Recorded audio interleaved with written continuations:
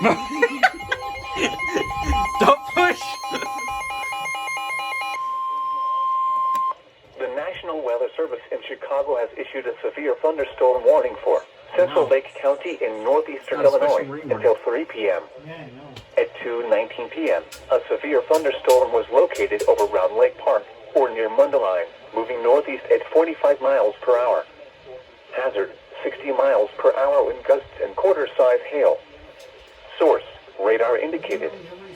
Impact, hail damage to vehicles is expected. Expect wind damage to roofs, siding, and trees. Locations impacted include Waukegan, Gurnee, Mundelein, Round Lake Beach, Zion, Grays Lake, Libertyville, Lake Zurich, Round Lake, Waconda, Barrington, Island Lake, Lindenhurst, Beach Park, Gages Lake, Hawthorne Woods, Park City, Round Lake Park, Winthrop Harbor, Grandwood Park, Lake Barrington, Fox River Grove, Barrington Hills, Wadsworth, and Volo. For your protection, move to an interior room on the lowest floor of a building.